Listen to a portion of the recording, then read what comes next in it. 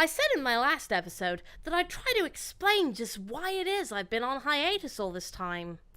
Well, to tell you the truth, life's been weird for me these past few months. I've had to move apartments, change medications, I've got myself a brand new full-time job, and I have cat. What I'm trying to say is, adulthood's fucking hard, man. So, I thought I'd take a break from failing to be a productive member of society and play a dating game about failing to be a productive member of society and cats. He's numbing me. Oh, he's so pissed. Oh god, fuck.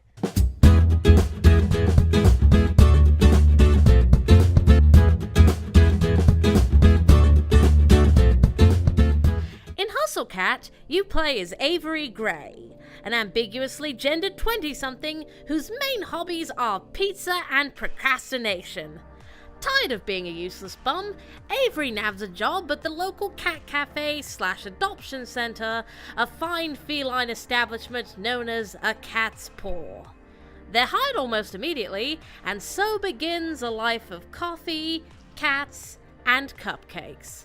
However, Avery soon discovers that this sweet setup they've stumbled onto may hide some strange, perhaps even supernatural secrets. But hey, at least all the other employees are easy on the eyes. Characters Romance. First up is Finley, a bright and bubbly waitress with a knack for all things nerdy. With her magnetic personality and encyclopedic knowledge of memes, she acts as the cafe's social media manager, using cute cat gifs and furry fail videos to draw in legions of fans. Finley might seem like an airhead at times, but she's fiercely protective of her friends, especially Avery, whom she immediately takes under her wing. She's sweet, sassy, and absolutely adorbs, not to mention a big fan of visual novels. What's not to love? Next we have Landry, a laid-back jack-of-all-trades whose easygoing patience makes him one of the cafe's most popular waiters. He also works as the resident handyman and loves building accessible cat furniture for a Cat's Paw's disabled felines. Tall, dark, handsome, and as chill as a cold frappuccino, Landry fills the older brother figure role with ease.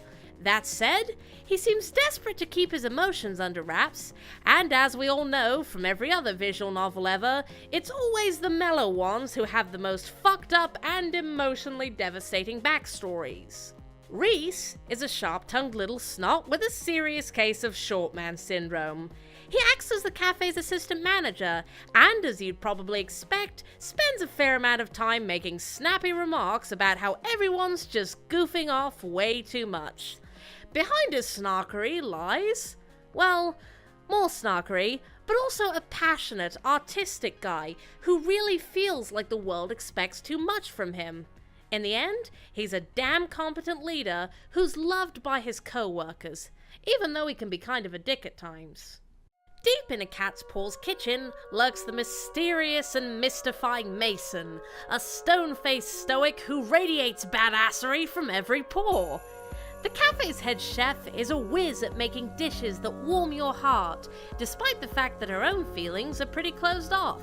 She's a tough nut to crack, and not too fond of big confessions, but when the chips are down and her friends are in trouble, she's more than willing to crack a few skulls. She's also really, really hot, and quite possibly my favorite of the Roots. If you hear a soft squeak or awkward cough from the corner, it's probably the cafe's star barista, Hayes. He's a bespectacled blonde with some big anxiety issues, but his sheer talent with handcrafted beverages and amazing latte art seems to hint at a more expressive personality. He shies away from any kind of confrontation, but behind his shaking hands and trembling breath lies a poetic soul who daydreams about epic romance. Hayes is an adorable cinnamon roll of a guy who's just too cute not to love. Aww. Finally, we meet the manager, a sharp-dressed older gentleman who looks like he just stepped out of a third-rate young adult novel. Graves is a smirking Gossiko-san who's clearly designed just to mess with my sensibilities, with his spooky mismatched eyes and his sexy streaks of grey and his gaudy finger rings and his skull chain thing. So hot.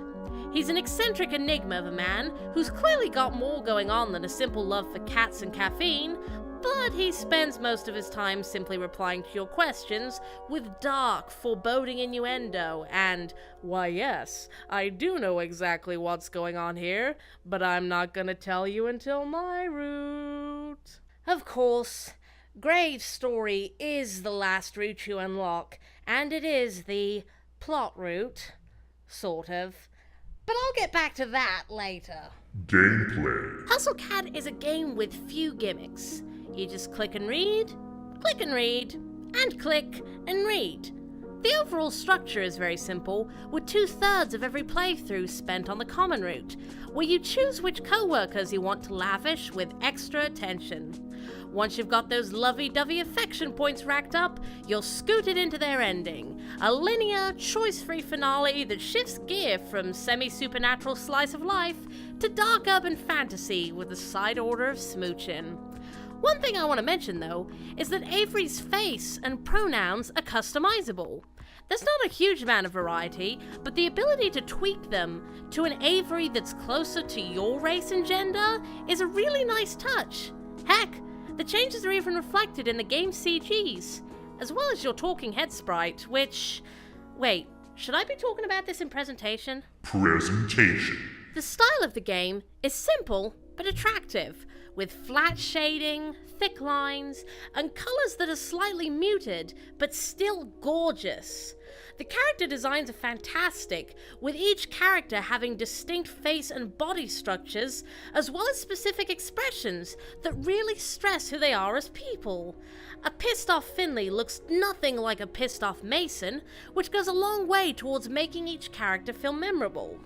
The soundtrack is comprised mainly of chill techno, with some jazz fusion elements and chiptune thrown in for extra awesomeness. It gives the game a friendly, upbeat atmosphere, which also has a kind of easygoing flair, like a summer iPod playlist. This is a soundtrack that I really freaking love, to the point where I decided to buy myself a copy so I can listen to it on long drives. Speaking of drives, let's drive this review home, shall we? Final thoughts. So now, it's time for that part of a review where I shit all over someone's hard work for 4.5 minutes. Except that this time, there's not really much for me to criticize. The game does have one major flaw, and that's its shitty pacing. The common route takes up a huge chunk of every playthrough, and the route finales, while awesome, feel rushed and poorly explained.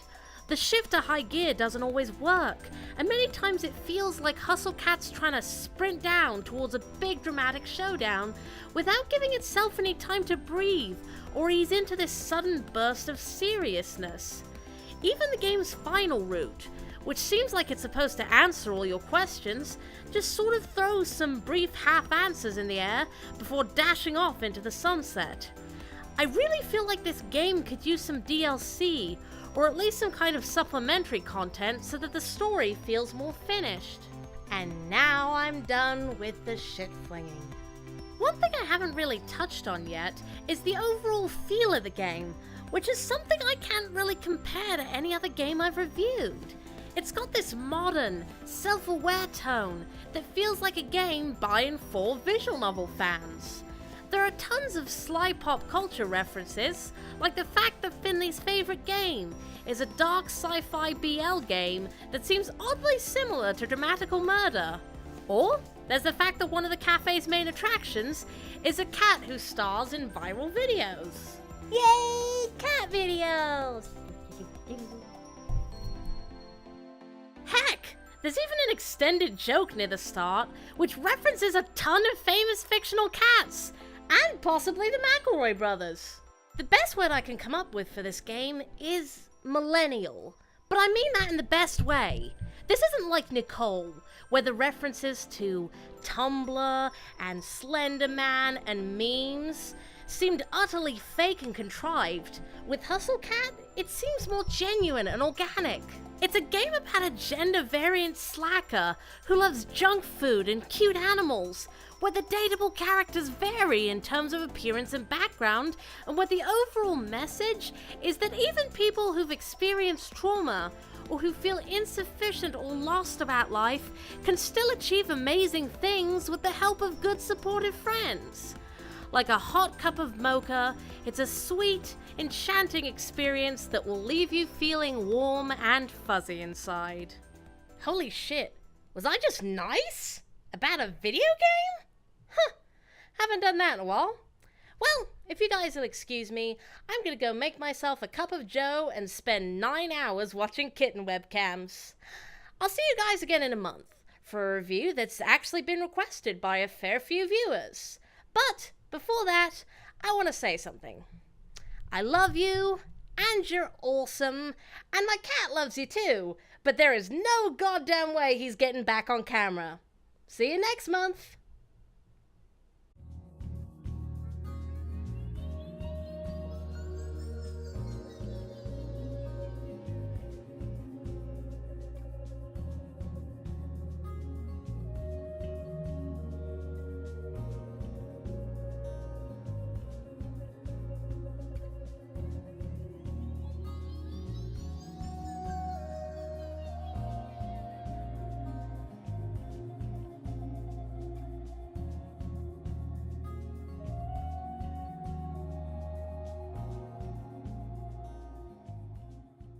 I have a prisoner. If you don't pay me $50 on Patreon, I'll eat this cat.